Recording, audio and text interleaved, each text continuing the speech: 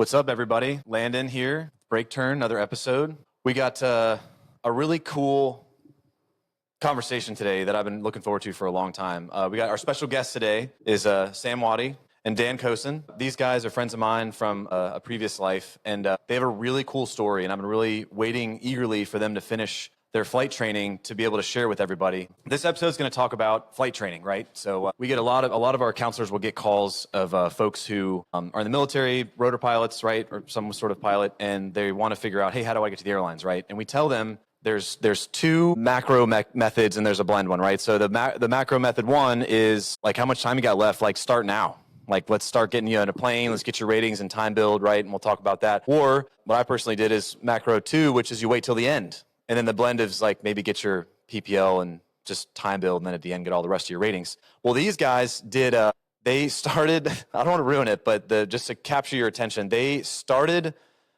with 0 ratings or hours, and they got all of their ratings through an A320 type rating, and I'm smiling because it's ridiculous. They did it in 7 months, not on a skill bridge, while still serving active duty, and it cost them minimal money. So if this is you and this is interesting to you, get yourself a soda, because this will be a good long conversation, but I think the value's there. So that's what this episode's about. So thanks for coming, guys. Happy to be here. Thanks for having me. So we're in downtown Nashville in this awesome place. So before we get started, I'll have you guys introduce yourself. But the flow of this is I asked both of them to kind of write down their story. What's their journey? Because from the beginning, and we'll talk about it, it was like, hey, people are watching and we want to help others. So if you don't mind, log it. And they did. And so we're going to use this as a guide. But I'm excited. So if you don't mind, could you guys introduce yourself? Give us a little background. Yeah, my name's Sam Watte. Currently stationed at Fort Campbell at year 20. Right now, getting ready to retire, start CSP and leave in April. Flew MH47s, MH60s. Here I am pursuing the airlines. Cliff notes, done all the good stuff. All right. Right on. And I'm Dan Cosson. Career-wise, it's a pretty easy explanation. I'm a high school flight school guy, so 18 years old, got in the Army. They let me fly Kiowas, and did that at Fort Drum and Hunter Army Airfield, and transitioned over to the MH47 at one point about 13 years ago. Yeah.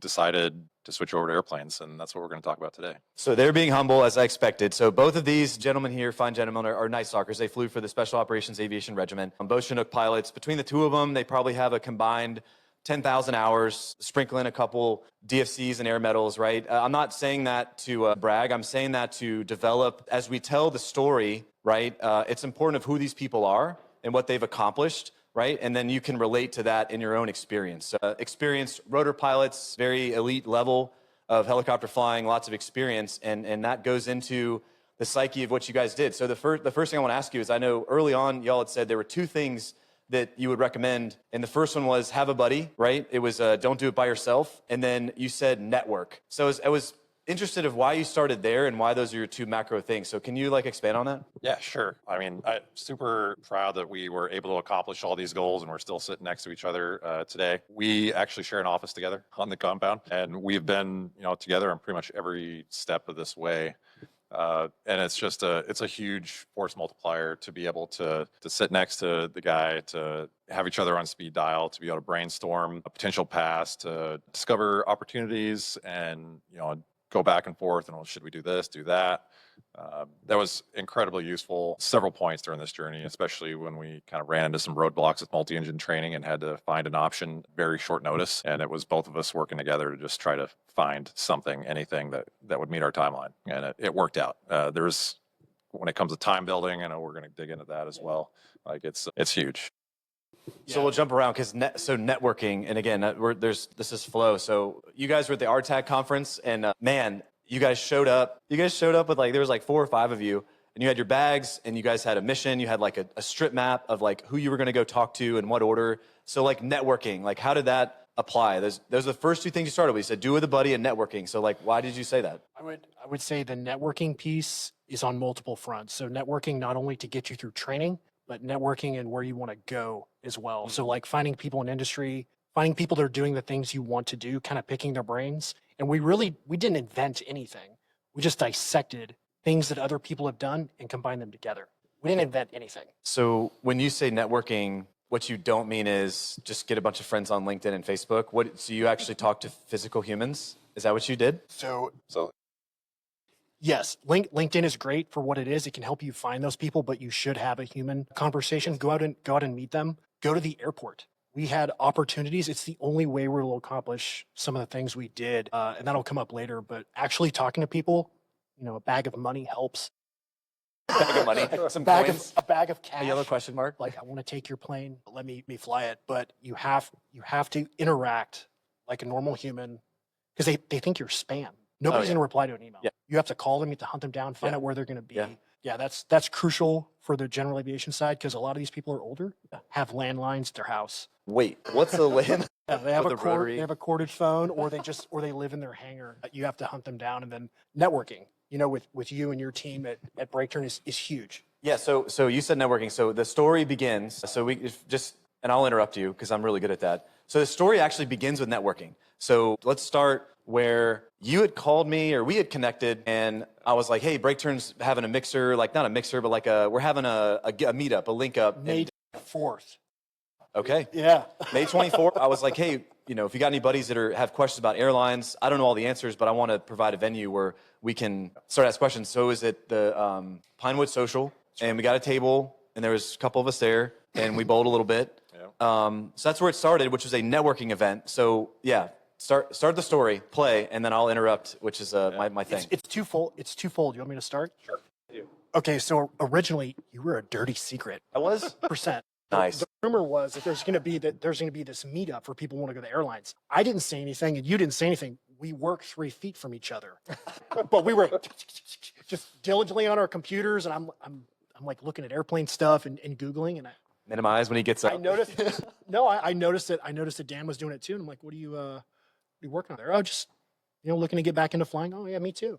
We keep going together, and then we had a couple of people talk about this meetup. I'm like, "Are you going to that?" He said, "Yeah, I'm going to go." I was like, "Well, I'd be interested in going too." I had no intention of going until really the invite from Dan. I was just going to figure it out on my own. I'm glad you brought that up because I want to normalize for folks, and I'll say this to folks that I'll counsel, is that, and you said it, and I'm going to say it too. When you decide in your mind that your military journey is over, you're like, I'm going to get that scarlet letter. Like, I'm getting it. Right. And there's that fear. And so y'all work 3 feet from each other in a very close, segregated community, and even y'all were scared. So I want to normalize that, saying that is normal, but you got to take action. So keep going. Yeah. So, I mean, when I first started thinking about this in early May, I guess, the first thing I did was reach out to you. So we knew each other from back in our Savannah days, knew that you'd been very successful. Called Frank Costa, again, another guy that I used to work with. It's very successful also at Frontier. And we're really fortunate in that respect with our tag, and just that this is, like Sam said, like we're far from being pioneers or the first ones to do this. Guys have been doing it the hard way, real hard way, a lot harder than we did for several years now.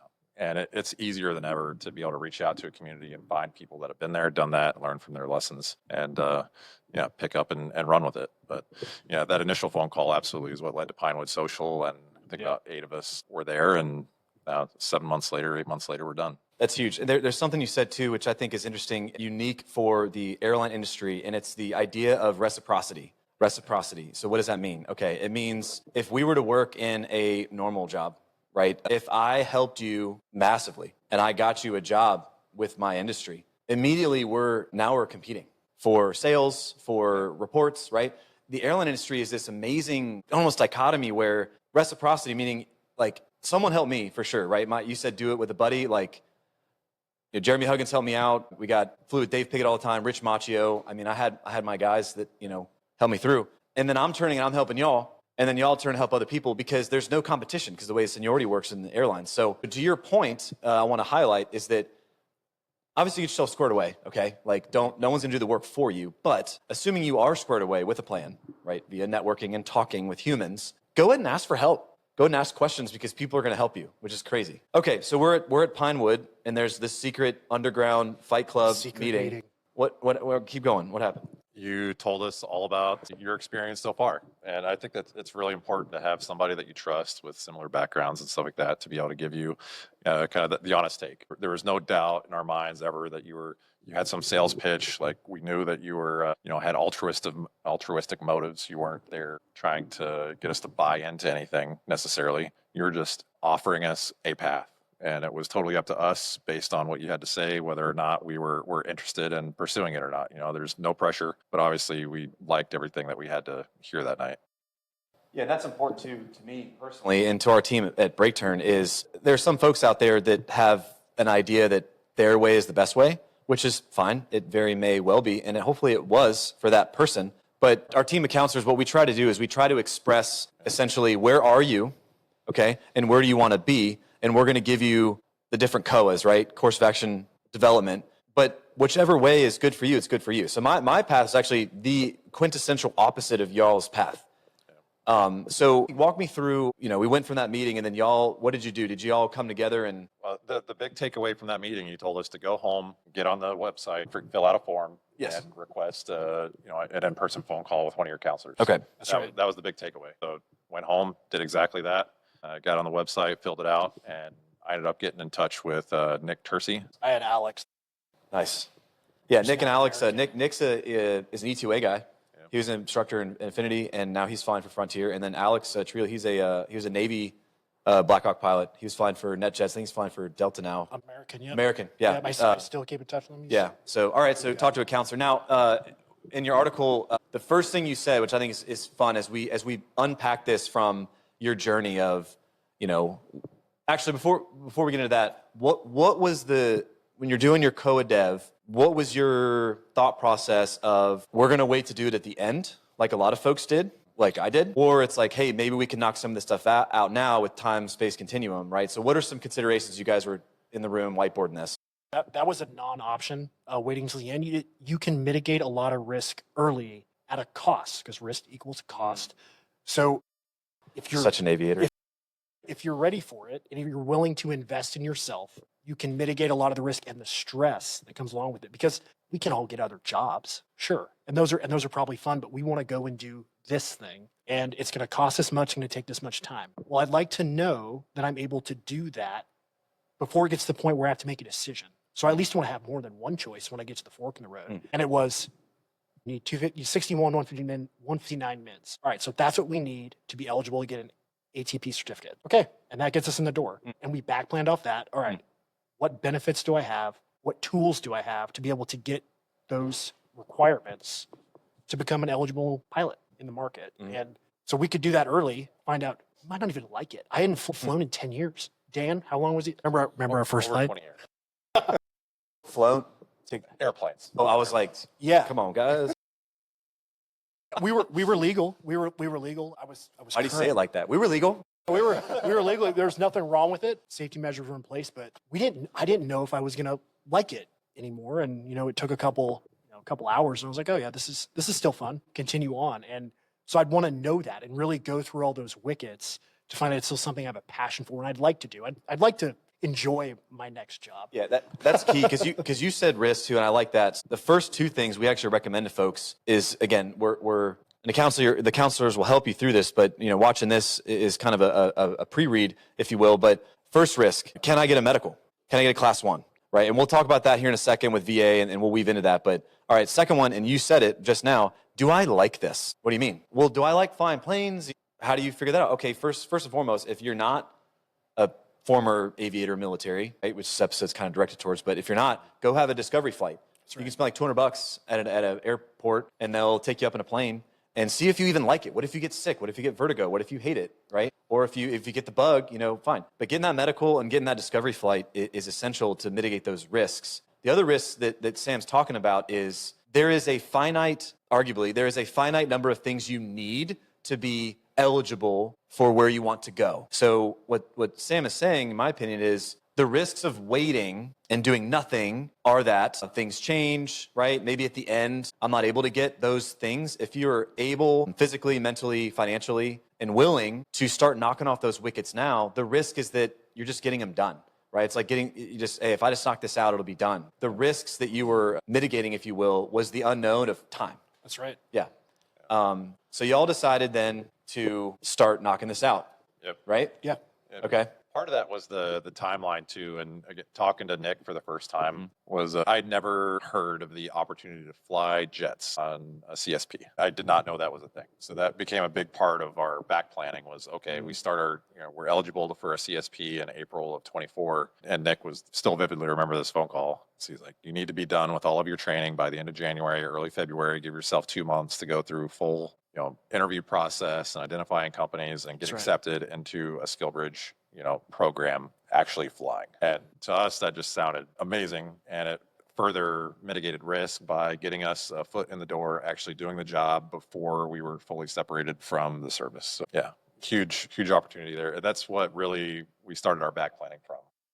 So you're back planning from what for those who may not be familiar, there are several 135 carriers we're partnered with that on a SkillBridge, as long as you're qualified and you still interview, you still do all the things, but you can go fly for a 135, right? You can fly jets, okay? It's beneficial because, again, that risk of employment post-military, right? And as of the recording of this, we're, in 2024 right now, 2023, the pilot market was crazy. Yeah. So someone may say, like, I'm good, but these carriers, they're amazing careers. The pay, the benefits, it's nearly equivalent, right? And so, but being able to start 6 months early while you're still in the service, that's huge. I mean, especially if you're a single income family, like I am, or if you have family and kids to pay for and everything, it's like that, not fear, but just that concern that I'm going to stop getting a paycheck in October or November or whatever. That helps. So for you realize that was an option to do that on a SkillBridge. In order to do that, though, things had to happen before that window. So the reason I wanted to clarify that is that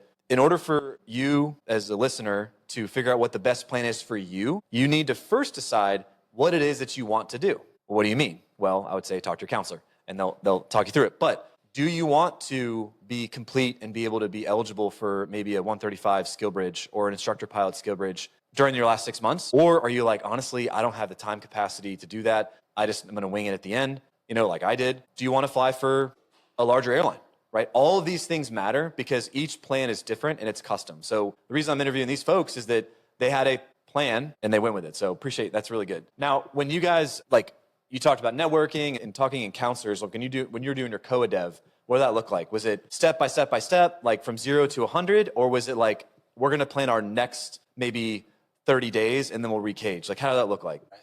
We had almost everything with a few exceptions. So we planned out in the beginning. Not surprising. Yeah, we had on the CTP whiteboard. and goal initially, but we thought that was going to be in December, November timeframe. And then we got on a wait list, and then Sanders offered us early. So we ended up doing it before Art did. So what really started, so going back to the weird bowling alley place that Landon took us. So Highwood Social. So we went there and Landon mentioned the Frontier RTP. And at the time, I couldn't spell RTP. I was like, what is this? I don't know what it is.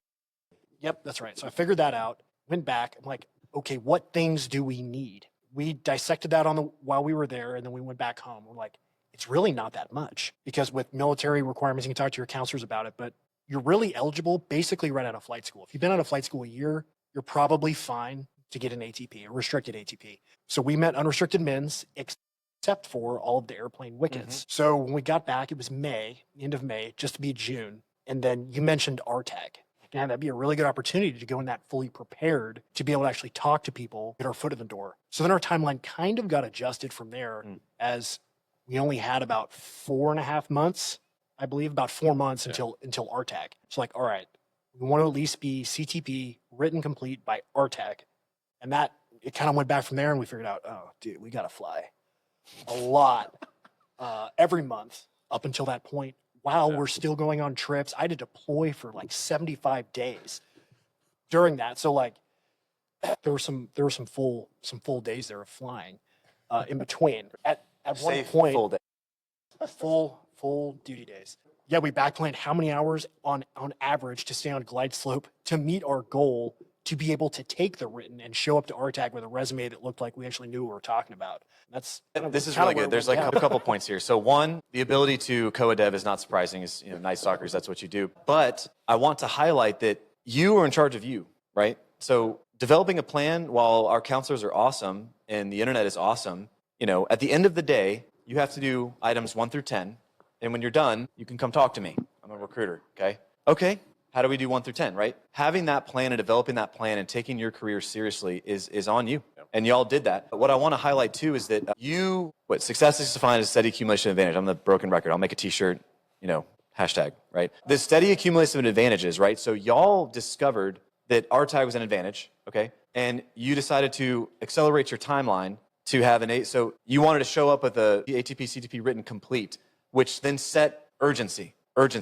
because you didn't have to. Why, and I think you know where I'm going with this, but why did you decide to fly very safe, full duty days and stress you and your family out and maybe pocketbook to get your ATP CTP prior to RTAG? Why was that your goal? Shouldn't be a surprise that I think anybody in this industry, especially our organization, we've got a little bit of a competitive streak at all of us. We just wanted to show up as best prepared as we possibly could. Maybe a little bit of imposter syndrome. Just wanted to be able to show people, no, actually I have. Sure, I've got a handful of helicopter hours, but look, my airplane stats are pretty legit as well. Yeah, I'm taking this seriously. Yeah, you want to dispel a rumor. I can do the thing. I just need a chance. So it was just to prove yourself, to break the helicopter syndrome that was kind of floating around. Like, I can excel. I can take these silly check rides. I can do your thing. I can meet the standard, and I'm capable of doing more because people have been offered CGOs with less. They were, and that is true. That was it's an outlier. So, and I agree. And y'all sought mentorship from your counselor, and we had conversations. And I remember telling one of y'all, I said, maybe you guys presented the plan and I validated. I said, yes, if you can show up to RTAG with that complete, people will talk to you. Yeah. Because in our experience, and for those listening, RTAG's conference is amazing. It's an amazing opportunity. Understand what your goals are and what you need to do. And I told y'all, if you show up without this thing, less people want to talk to you. Right. Because in the airline industry, and it's different from the military where there's OERs or TRS, what do the Navy call it? Fit reps, right? Fit rep.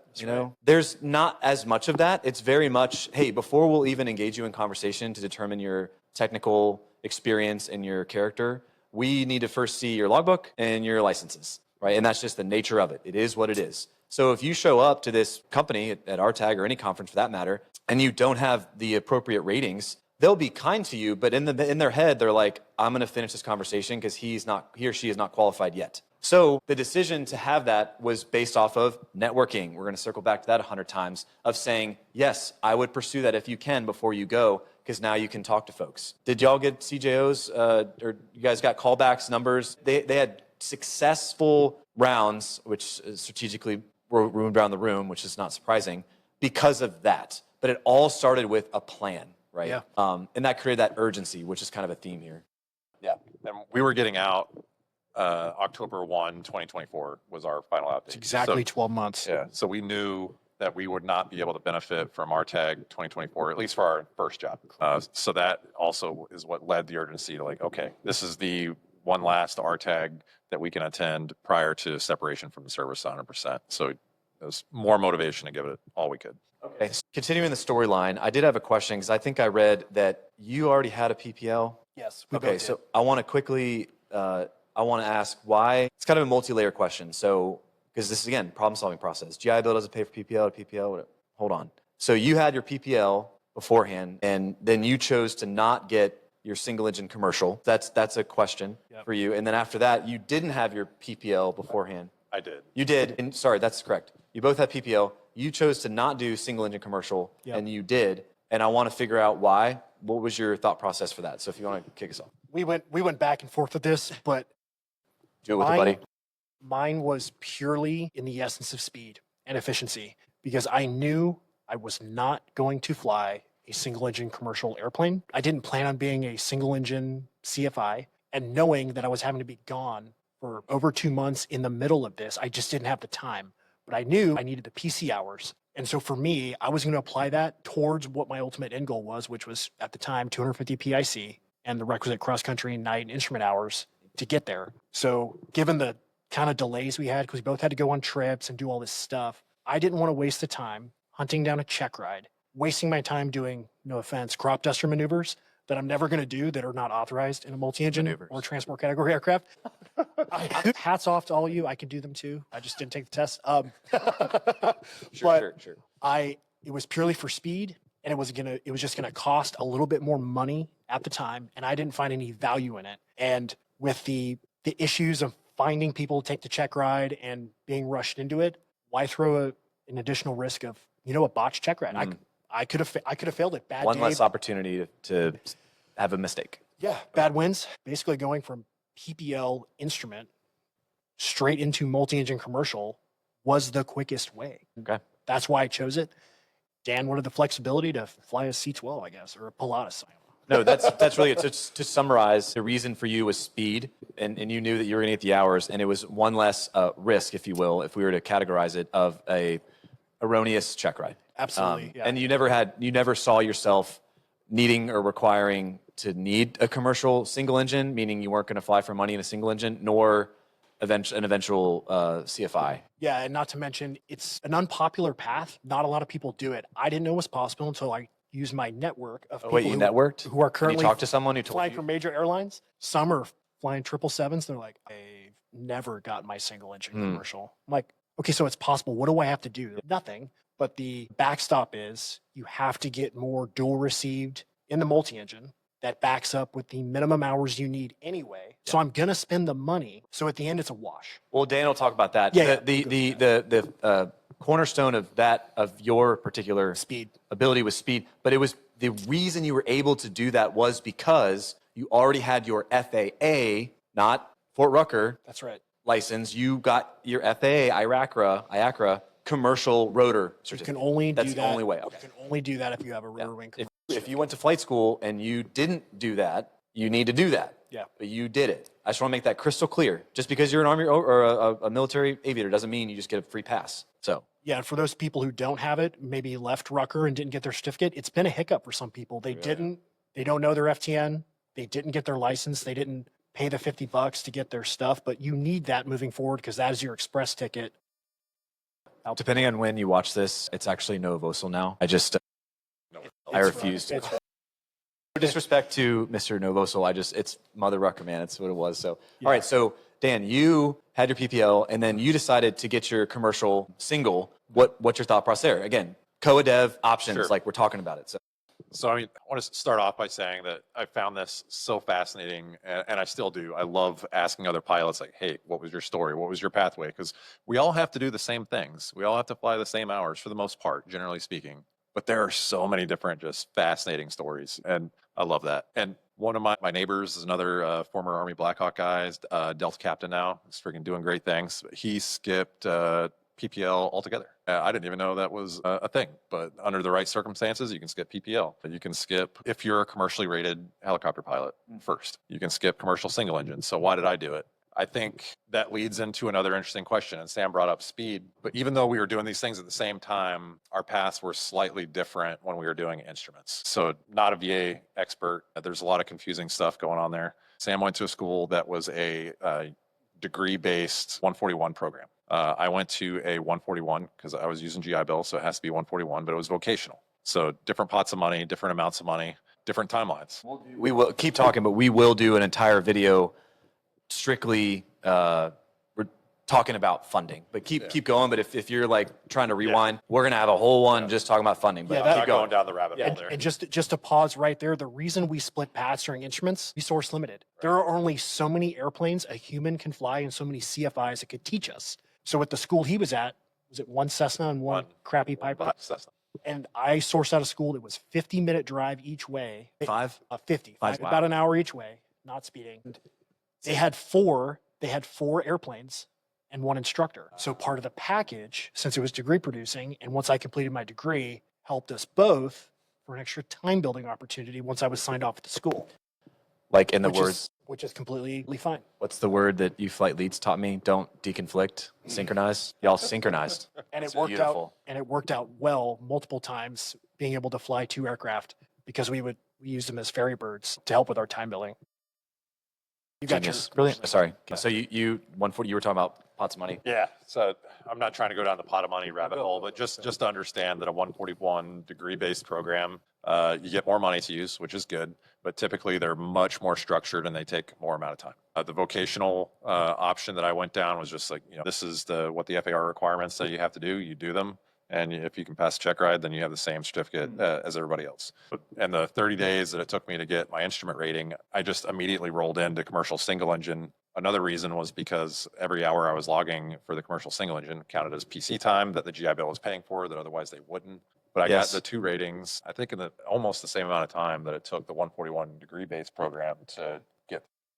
That's right, because mine was slower because I had to do a certain number of dual. However, I entered a whole nother conversation, but I was able to withdraw from class as soon as I was complete with my rating, bank the hours, and then use the plane at my leisure for time building. Okay, another entire conversation. Yeah, you can't have dual enrollment, but you were able to figure that out. So the crux of your particular strategy was arguably speed as well, because to have a non-overly structured program, which for those who don't know, the FAA has to kind of bless off on it, and there's a regimented thing to where if you're just going to some of these other programs, they can just say, hey, if you're good to go, we'll check you and we'll move on. We don't have to wait till period 4 or syllabus number 4, right? So speed, and then additionally, I want to highlight this, is that because you were doing the single engine stuff, you were able to log those hours as PIC, which reduced your inevitable 250 requirement because you've been getting it, and the cost of flying single engine is grossly less than flying multi. And at the end of the day, I think it is a wash. But for those who are thinking, you were able to essentially use more GI Bill money for time build and made it go further, roughly. Okay. Yeah, and with our powers combined, being that he was doing that path, I knew that I was going to have extra hours that we could both split and benefit from to enable our time build journey on the backside. Okay. Yes, You went there. So let's. separate. I was gonna. Yeah. So I was gonna go somewhere else, but you like that. So if I understand what you said correctly, this is really good.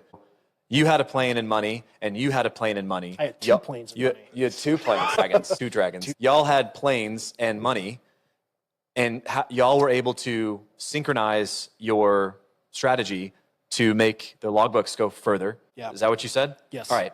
Explain that, please. So with the time building process, only one person can allow PIC unless somebody is doing simulated instrument training with a safety pilot, being that the safety pilot can't log the takeoff and landings, point 2 or point 3, but it's legal to log PIC because you are performing duties while the other person is getting simulated instrument. And that is kind of the hack.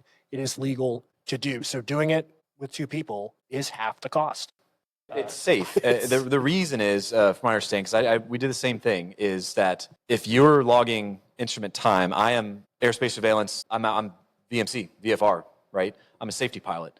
Because if I'm not wrong, you have to be VMC. Otherwise, I'm useless because I'm not the pilot in command. So if you're VMC flying IFR, and again, I'm not a DPE, we're just sharing information here, that you're able to kind of make your hours go further. So you would both fly for 8 hours, and the first half of the trip, someone would just log a little bit less because of the crank, taxi, takeoff, I am IMC, okay? And then I am landing, runway in sight, land, taxi, turn off. That block of time was logged by the person who was paying for the plane, if you will. That's right. Okay, interesting. What else? What were you going to say?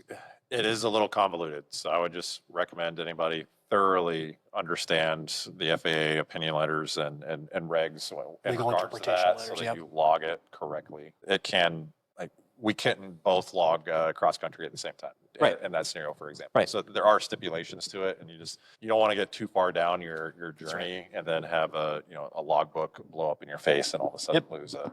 Networking, talk to someone who knows, right? Accumulate those advantages, figure it out, and integrity is of the utmost. A story of a person that I know who was cranking a Cessna, and as soon as for military, I don't know if Air Force does it, we'll say Army helicopters, your flight time starts when you got power. So that switches, depending on how it's rigged. Sometimes it's when you crank, right? And the Hobbs starts ticking. That's when you start logging flight time, okay? To where in the military, it's the weight off wheels generally is when you log time. Another whole conversation entirely about shy of the 0.3.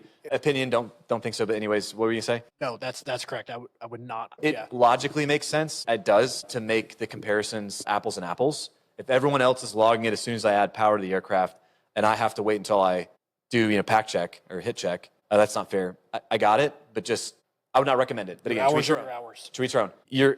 This guy was cranking and he was sitting on the ramp for like 3 hours. Or he would fly to the next county's airport, land, and just sit on the ground. First of all, don't do that. All right, especially if you're a military aviator, okay? We have a reputation, you represent the group. right? There's integrity there. But I'm not going to go off. I'm not going off the deep end. But you need to practice, right? My little soapbox is you have to practice anyways. You're setting yourself up for failure. Just because you have a padded logbook doesn't mean you're going to be successful. You're in charge of 250 packs when you're flying in the airlines. Like, have integrity, right? That person ended up getting kicked out of the school, but I don't think he was reported in time or correct or whatever. But he ended up getting caught. But just so I say all that to say, when you make decisions, seek counsel. Don't seek TikTok or Instagram.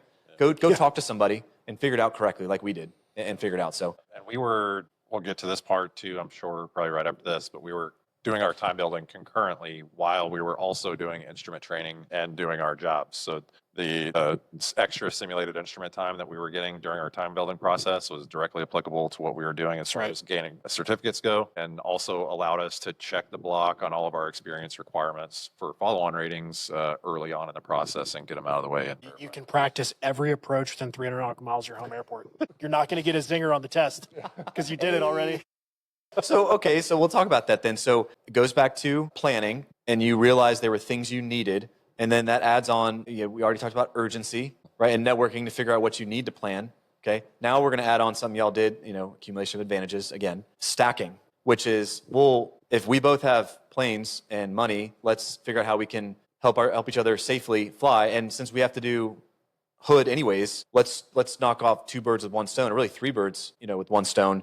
So again, genius. And it's not to say that y'all are the smartest people in the room, but you figured it out by using your resources to your advantage. Instead of flying to Lambert's Cafe via VMC, VFR, and you log on the way there, I log on the way back, we're not going to practice instruments, and then just at the end figure out that you still have to do all this instrument stuff. It's like, no, use your head. But that comes with a plan. Yeah, which goes in, there's only so many hours in the day, not to mention before you get fatigued. We wanted to limit the time we're getting fuel. What do we average? 10, 12 minutes? And we packed our lunch every Yeah, single day. we brought everything we needed, and we would only go to the bathroom when it was an emergency or while taxiing back to make it happen. But gas turns were quick because we needed the engine running, and we need to be in the air every single time. So yeah, don't eat stale popcorn at the FPO. Like, it's a waste of time.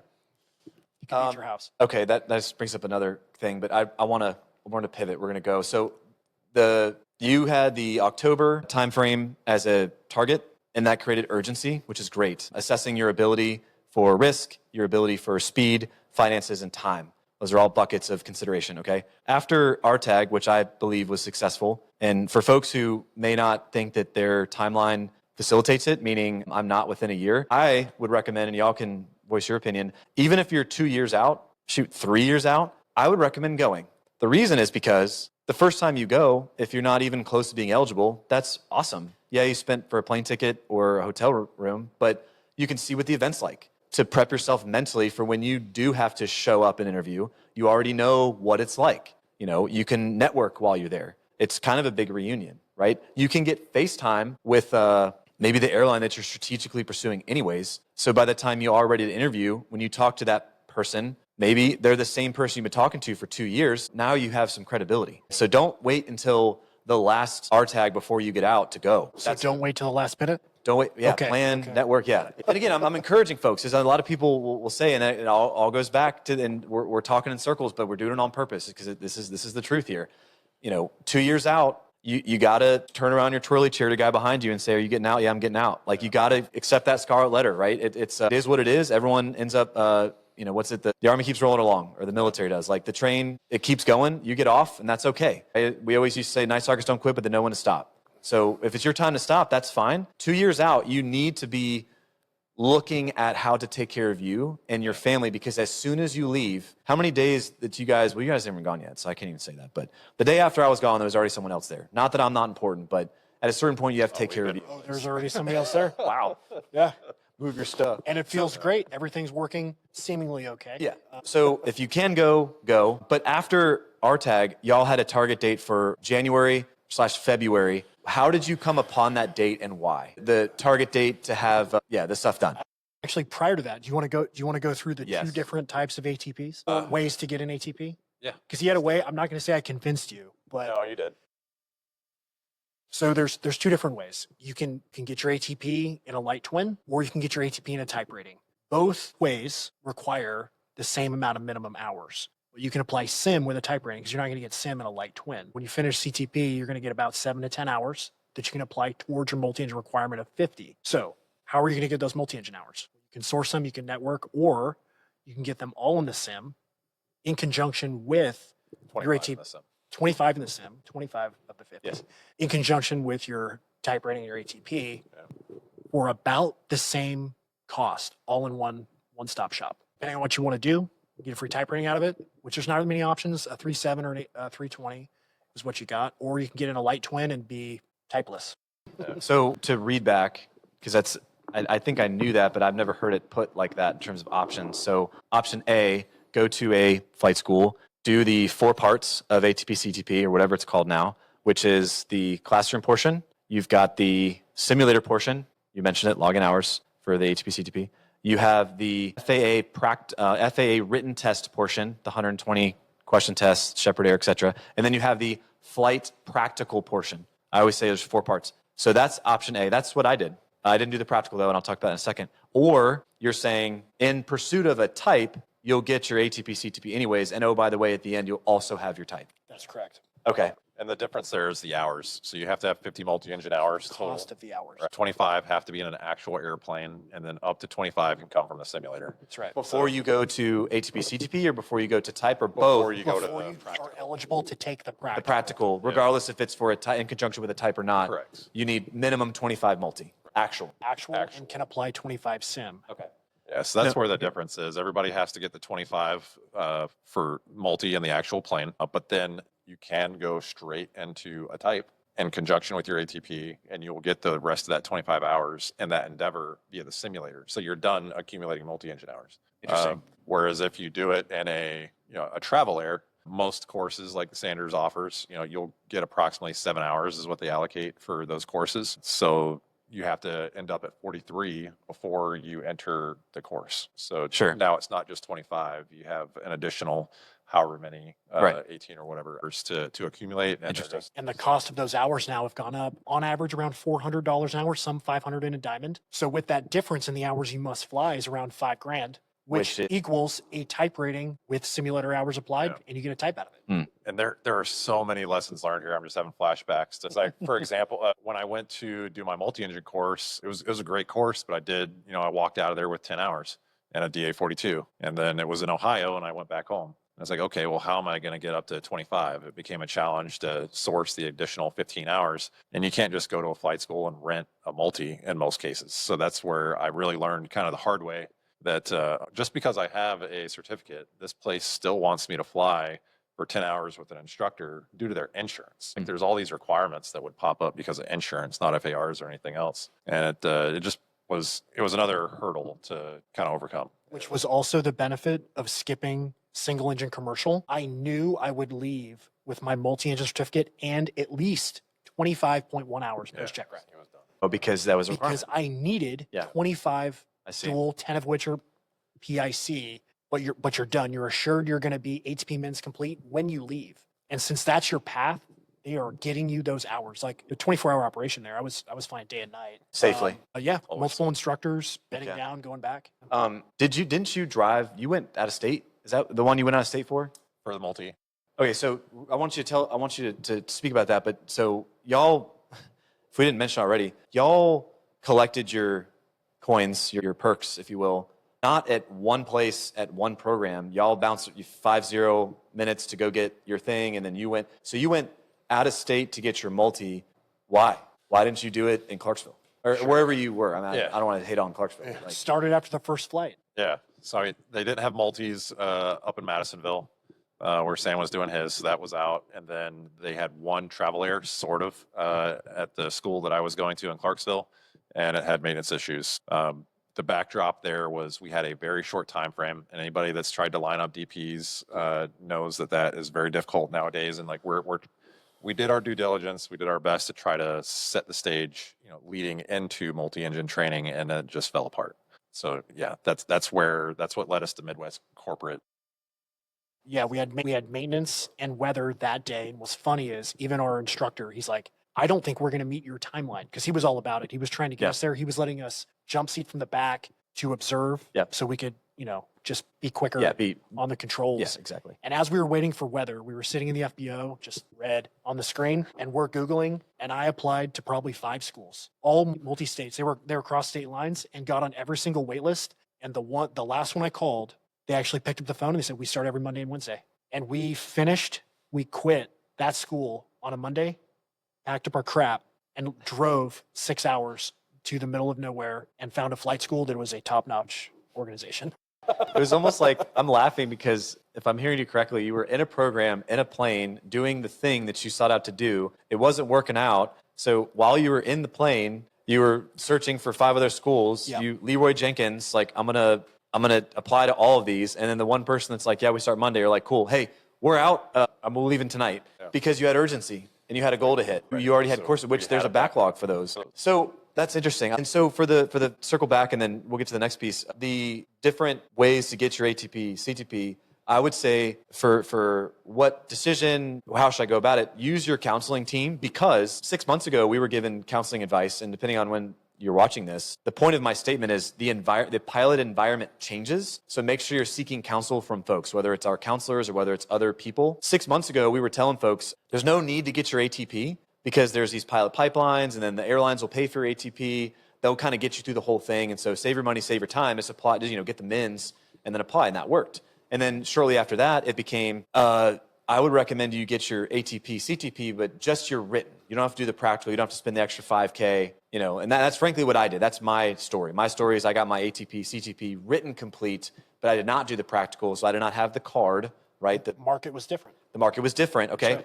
Now, today, I'm recommending to people, you need to get your full ATP. And after hearing your story, I may talk to them about the math, about go ahead and get your type. And the reason I bring this up is because the environment changes, and you have to make sure you're aware of how the environment is changing so you can best position yourself to get hired. Why should they pick you, okay? There's a great book I read when I was trying to get into this industry. The title's very interesting. It's called How to Land a Top-Paying Airline Job. It's a very creative title. It's an old book. It's very old. It's a good book.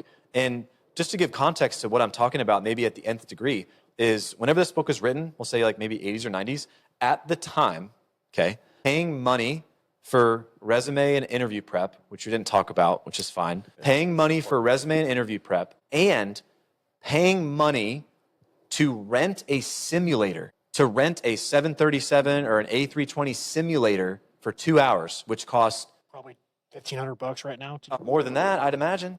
We have to pay for the operator as well. So yeah, let's call it $1,000 an hour. Okay, $1,000 an hour. Okay, so you're dropping interview prep, resume prep, and $2,000 an hour, because at the time the interviews for these major airlines involved some sort of flight portion. When you did that, you were average, meaning everyone around you in this room that's in suits, every single person has spent money in the simulator. That was the standard. If you showed up without paying for simulator time, you were the only one.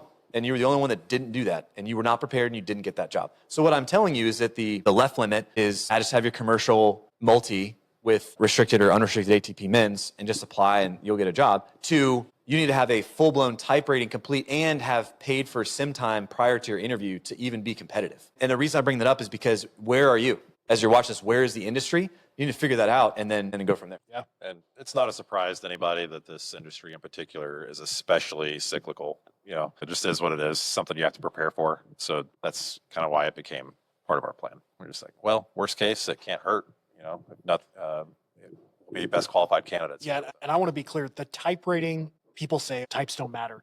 I would agree. It doesn't mean you can just get on and go fly an Airbus off the ramp. Probably could. Dude, it's not that hard. It's a autopilot too. It's a discriminator. So like, set yourself apart. Be like, he did the thing. He can at least go in the sim for 25 hours, 24 hours, pay attention, do some maneuvers to standard, and he's trainable. It's not the type. It's what sets you apart. It's a discriminator. That's all it is. Well, it is. And you said it too. It's the imposter syndrome, which I've experienced thoroughly over the last 2 years. And it is there. So to normalize that for the folk, like, you are going to feel like, y'all are, flight leads and, 10,000 hours between the two of you and helicopters. And then you're jumping in this plane and everyone's like, yeah, you have unrestricted ATP mins. You're qualified. And we're all like, yeah, but so feeling that imposter syndrome is normal. Okay. When we work through that, through working hard and studying and doing the thing, but being able to get the type is essentially saying like, hey, I'm not talking about doing the thing. And I'm not telling you like, oh yeah, I was this in the military, like I can do it. It's like, no, I did it. I did it.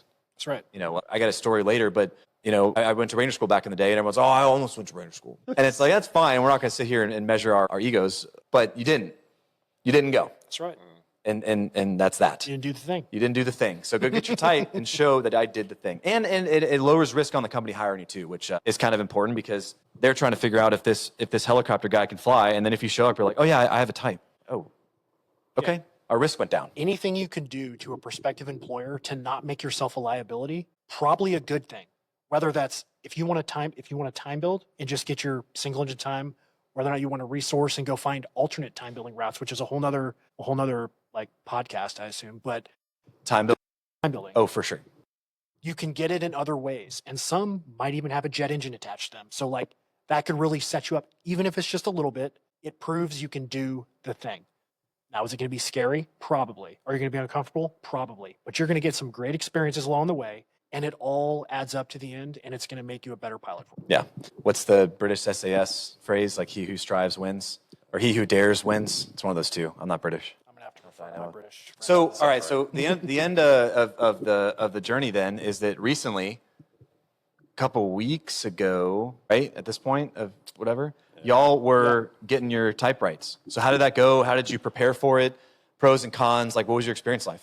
Sam, you gonna kick us off, or Dan? I don't care. I was gonna say the prep going into it was significant. And kind of coming off of our tag, we had done a lot of work prior to that, and then we did several things after our tag to continue building multi-experience and skydiving and things like that. But I'd say probably starting in November, hit a kind of a hard stop where we started to really focus on preparing ourselves for the ATP type course. And again, we reached out to people that had kind of been there, done that, community that had done it very recently, and gave us the tips for success. Networking. So, yeah, networking. So lots of, we walked in. I'm convinced that Sam and I could have passed the oral evaluation day one walking into the course. Yeah, no doubt. Just one, ATP Jets definitely sets you up for success, and you have all the materials that you need before you arrive. But we took it seriously. And while we were there, we were roommates in an Airbnb, and we're studying every night. So we took it seriously for a couple months prior. And most people don't have that opportunity, but we took it seriously. They recommend 30 days anyway, because you have to, the CPAT, computer presented. CPAT? Yeah. Yeah. CPAT. I don't even know what it stands for. Online classes, you have to log 50 hours on the machine to be able to sit for the class. So there's a vetting process prior to going in. You can't just sign up for HB Jets. There's an application now. I don't know if that's been around, but they vet their students before they arrive to make sure they are meeting the mins. Interesting. And then prior to that, there's a knowledge exam and so many hours logged on the computer. So I'd give yourself at least a month to do it prior to, because 50.0 of, if you want to digest the slide, is going to take longer than 50 hours. Oh, for sure. And you want to pay attention because you're going to be tested on it. So the lead up, 30 to 45 days, I found it to be adequate. I did not feel challenged in that respect during the course, which is able, I think, for us to focus our energy on procedures. Call-outs, flying the Airbus. Okay, diving right into then. So, and for those who don't know, I didn't know, in the military we called it G2 or something. That's right. G2, which is like Intel. They got the G2 on this instructor pilot I'm about to get an A part, right? Yeah, the gouge. Yeah, they call it gouge, which I think is an Air Force phrase. I don't know, but I use it now, and I don't know what it means. So it's the same thing. Yeah. Okay, so gouge, which, have fun spelling it. It's not gauge, and it's not gouage.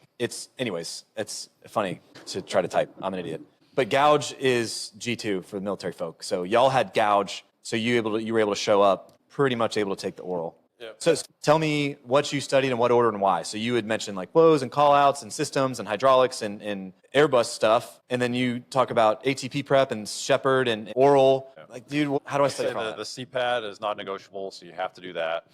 It's computer-based. They know exactly how many hours you spent on it. We had the memory items, which are the equivalent of Chapter 9 in the military, though not as robust. Had those memorized. All of the EPs. Limitations. Yeah, the EPs. The limitations, Chapter 5 stuff for the Airbus, we had all that done. And then we had a study guide for that test that we took on day 2. So we had all that. I had one-step prep videos in addition to all that for systems and simulator maneuvers. I would say that is more crucial, and because the CPAT is not a really, it's what it's called. I keep thinking, no, you're CPAT. not wrong. So I just it's keep not hearing a you pap say smear. CPAP. Yeah. CPAT is not a very good learning mechanism. It checks the block for completing the academics, but to truly understand it with zero context. I remember we would talk on the phone and be like, what is this yellow hydraulic pump? I don't Yeah. care. But there are resources out there, One Step Prep, shameless plug. It's great. You could learn the Airbus in probably a week by watching J&J all day on One Step Prep. And it models the ATP Jet's flow for exactly how they do things and what they need you to know to pass the check ride. And that was instrumental. And you could do that on the go while you're driving, while you're working out, just listening to the same exact thing over and over again. You can hypnotize yourself. It was definitely unlike the military once we actually got there, because you're not being really taught much of anything. You're mailed all this study material delivered to your home well in advance of the course, and you're expected to show up ready to go. That's good. Yeah, I think I would give the same guidance. I showed up, like, I know, depending on if you're an Army helicopter pilot, Mr. C's study cards, if I'm aging myself, but we were studying TOT numbers when you didn't even know what TOT or NG was. Same thing. If you can show up with your memory items, which are your emergency procedures, there's 10 in the Airbus, and your limitations, which there are several, and then, really those two things, if you can have those ready when you show up, you're able to consume systems and call outs and flows. But so how did it go? How did the type ride go? What did you guys think of it? Like, what was something you learned, or what was the end state there? I think it's so the gouge, if you will, that we Gouge. had before was a little inaccurate. They are changing the course for the better, offering more time prior to actually getting in the box with FTDs. So you can practice your flows and at least get through Manflex, SRS, runway, auto thrust, blue. You can get through the takeoff phase. V1. Yeah, and Also very gear up. they get rid. They don't waste any time in the box, so it's all maneuvers. 6 or 8 hours, I think, in an FTD, and it's open 24 hours. You can get unlimited time. We got in trouble a little bit because they were Trying to get extra. they were not monitored, and Dan and I kind of just took it upon ourselves to go sit in there and pass blame, make counter accusation. we got shamed a little bit, but jokes on them. We were doing stuff, but I thought it was really good. They're giving people more opportunity to practice and to take advantage of the time in the box. I think it's very fast paced. If you don't do what they say, you're not gonna pass. But it's structured very well. It sets everybody up for success. And I thought the most interesting thing about the entire process were the characters that we met at the course. So we showed up there. Yep, I'm going to go through it. I thought it was great. Just meeting all the different people, because as you progress and you take these check rides, you're surrounded with people who are the same. I'm getting my multi. Everyone's getting their multi. They come from the same background. Yeah. But when you show up to a ATP producing school, you have anywhere from a B-1 bomber to a 12,000 hour crop duster guy sitting there It's probably the smartest one in the class. who recreated an Airbus through a VR headset. What? He was great. He was fantastic. He knew everything. And then you have a guy who said, I'm not going to name his airline. You guys got study material sent to you. Everybody was all at different levels. And it I said he had nothing. He showed up with a note card and a pen. showed up with nothing. Let's go. Let's do this. You guys got memory items? And so everybody, You guys are it getting really, paid? yeah, it really set the tone. I'm like, okay, I think this is achievable. But you can see all the different personalities, and everybody learns different, but everyone has to come together. And I thought that was the most, just seeing the interaction of all the people. Pitch immediately upon day one, we got paired up with stick buddies or sim partners. We got issued a couple of duds immediately. Y'all got issued? And what was it, 20 minutes? 20 minutes, we're like, we're pairing up. Another benefit, Hey, switch seats, guys. yeah, another benefit of going as a paying customer, because there was only us, maybe three or four of us in there who were paying customers. We're just attending. What airline are you guys with? Selfairlines.com. So scheduler was like, oh yeah, you're paying? benefits. Yeah, you guys can pick your own stick buddy. Mm. Because you could see people just dragging along their stick buddy and just holding back learning to the maximum. So we were able to switch and stay together and help each other along the way. Because some people, it was definitely the cause of some of their issues they might have had. I would circle back to the have a buddy that we started out with for the ATP course, value especially as well for all of the CRM and the flows and the call outs and the back and forth. And it is hugely a team effort. We were in the same Airbnb together at night, sitting there at the dining room table, practicing all our flows and going through everything over and over and over again, and then hopping in the simulator. So what'd you think? So how'd the type ride go? It was good? I thought it was good. It was challenging. So they were preparing you day one to pass the check ride. You were doing the maneuvers per the ACS and per the type guide, the memory items guide. Yeah. To pass the test. So you're practicing, but you only get it to practice 4 times before you take a check ride. Actually, 3 times. Wow. Is it 3 times? Yeah, you're demoed a third of the check ride a day for 3 days, and then a pre-check kind of endorsement opportunity. Yeah. That's fast. I I mean, the speed of getting through all those things, and that's because I remember I did what y'all did, but in ground school, and I had a month of ground and systems and onboarding. What do they call it? In-dock. In-dock. Thank you. And then I had like a month of sims, and then I took my type ride to where y'all did it in like 7 days. That had to have had an effect. Yeah. So I will be completely honest with everybody and say that it did not go well for me.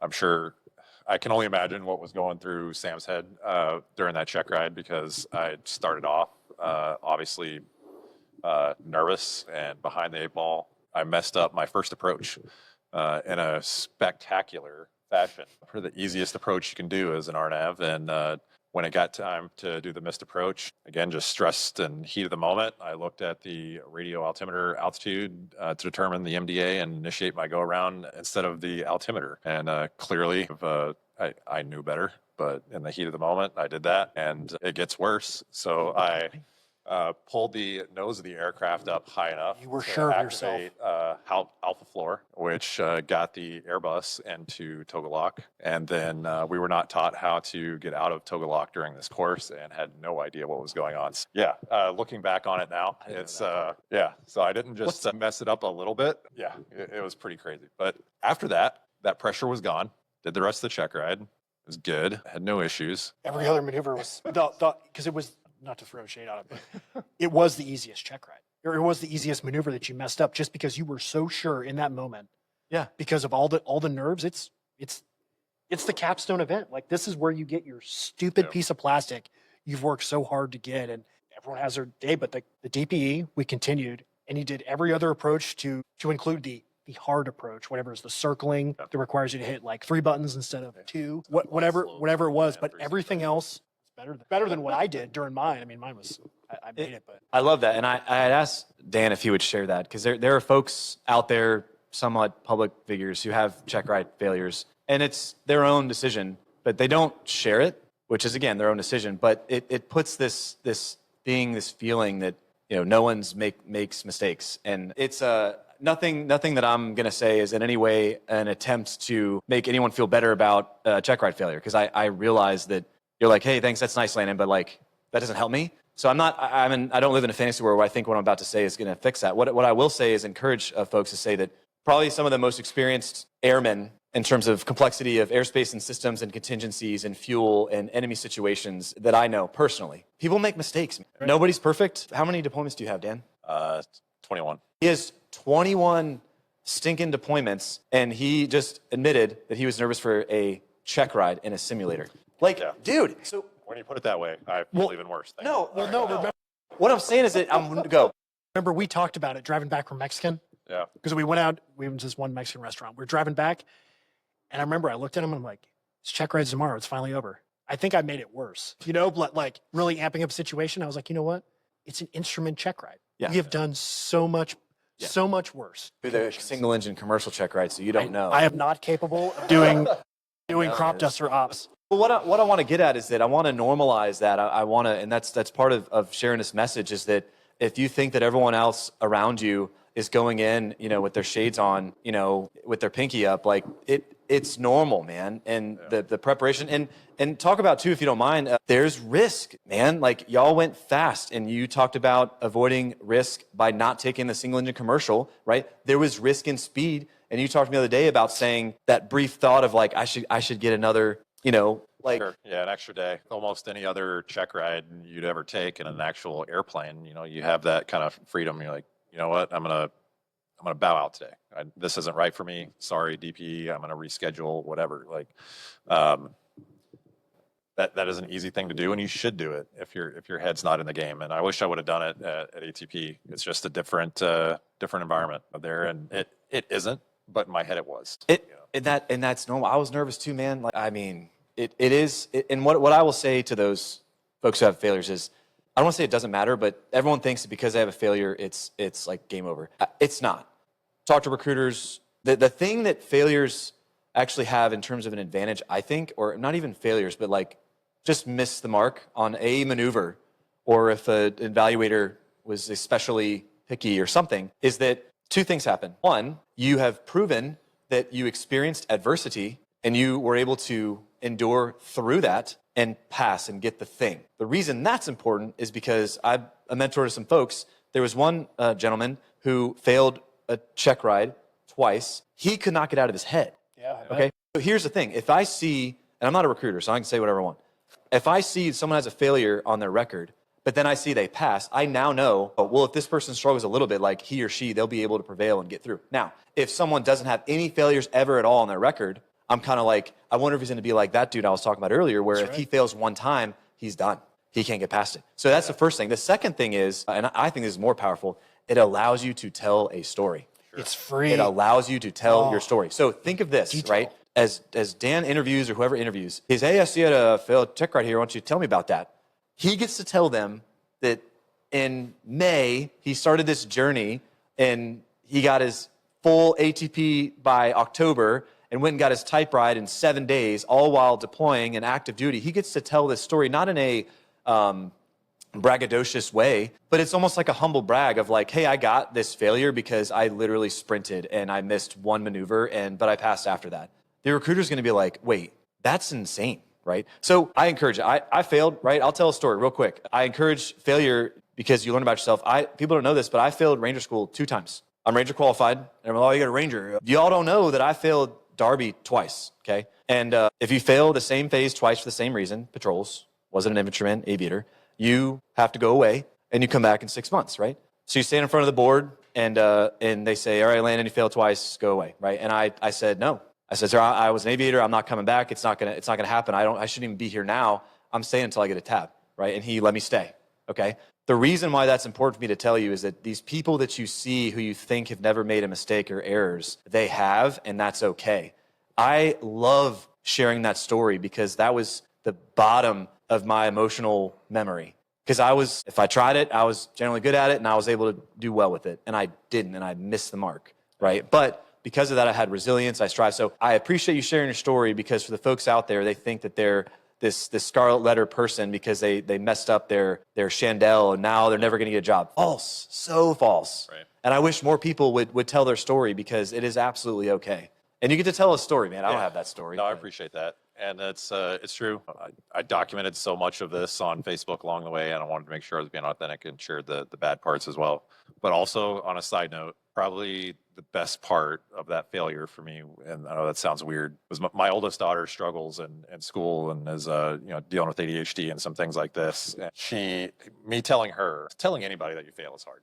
But telling your kids that you failed is really hard. You always want to be that person that's strong and the provider, defender of the family, all this kind of stuff. But I told her the truth, and she was so supportive. Like, it made me feel like such a good dad. It's just like, it's okay, Daddy. I know you can do it next time. Like, you can do hard things, you know? Dude, yes. Everybody, I got lots of friends that were telling me positive things, and it's okay. You know, it's not the worst thing in the world and all this stuff. But those words from my daughter were just like, that meant the world. Man. And it did end up being okay. Well, and remember what Landon said about people holding back maybe some of their failures along the way. They won't tell you, but when you were able to come forward and say, hey, I had this issue, how many people came up? Not to be named, but they're like, happened to me too, man. What up? Welcome to the club. Me too. No big deal. And they're in a place you are going to be. Yep. It's just the people. Nobody's came out and told you yet. It's going to happen eventually. Exactly. There are 2 quotes, and we talked about this before this. Every single one of us has failed every A part we've ever flown. No one has ever held the exact ACS standard or whatever they call it in the Army.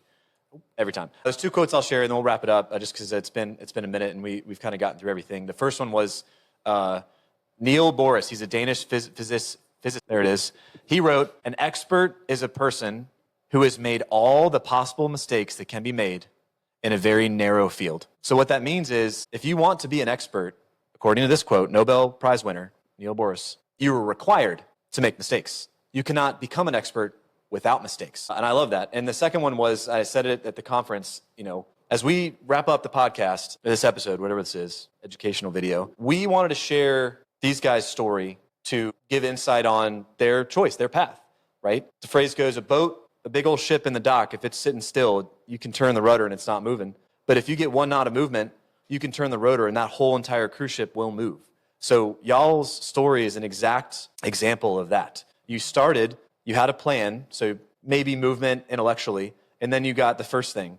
And you got the second thing. And then you sat in the plane at airport A, saw there was weather, and then turned the rudder and went to a different airport to get that rating because you had to meet your timeline to get your...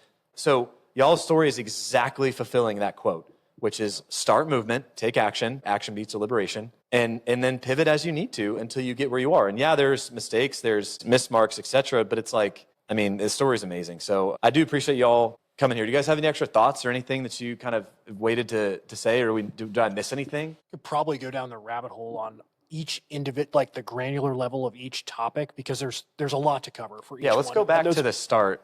Yeah, and those are all separate things. But if you think you want to do it, make sure you're qualified to do it. Make sure that you know what you're going after and make a step in the right direction. So like getting qualified, make sure you can pass a medical. Make sure you have the time, make sure you have the money. Step one. And then just start making movement in that direction. Because sitting there and waiting for either something to be funded by, either a GI Bill or a program or a scholarship, it's going to take a while. And it's going to rob your time, and you might not be in the same place moving forward. So get started as soon as you can. That's good. You'll be able to rule it out. Say, I'll admit to having a man crush on Sir Nick Fialka. Nick, yes. But I'll give a shout out to him and Spitfire, just because there's interview prep coming out of the military. Like, it does not set you up to succeed directly with interviewing with civilian HR personnel. Like, you can be the best prior helicopter guy in the world. They'll thank you for your service and, be thankful for all that, but it's not going to get you a job all on its own, and there's a different set of rules you got to be familiar and learn to play by. So we did that before our tag, and it's a lifetime thing. So I still watch their videos all the time. If you don't know who Nick is, Ready for Pushback podcast, get around the campfire network. That is what it's all about. That is the theme of this. And I actually went with James O'Neill and Raven. We split it because we didn't know which one was best. So Raven, yeah. They're both awesome. Very good, value added in both departments. They're on each other's podcasts. So it's fun. Yeah, and y'all had written an article or something. We'll publish that. Go check it out and read it. But no, we appreciate y'all being here. And also, I want to shout out to Connect Nashville. So they have this awesome studio. There's actually a stage behind you right now for us to have this space right here in downtown Midtown. They've got co-use workspace, sweet pool, gym. But if you're ever in Nashville, come check it out. Come check us out at BreakTurn. Be here at Connect in Nashville. But this is an awesome place. Matter of fact, we were looking at it earlier, there's a room downstairs. It's like a mixer room. It's like a living room type thing. But BreakTurn's gonna have a couple events down there. So if you're in the area of Nashville, be on the lookout. We're gonna hold an event down there, network, ask questions, maybe do a panel. But definitely check it out. This place is awesome, and we're thankful that they have this awesome studio. So Connect Nashville, look them up. I mean, this place is legit. So, but anyways, appreciate you guys. This has been awesome, and maybe we'll run it back. But hopefully, we got some good data to the folks, and For sure. thanks for sharing your story. Appreciate it. Yeah, thanks for having us. Cool. See you guys.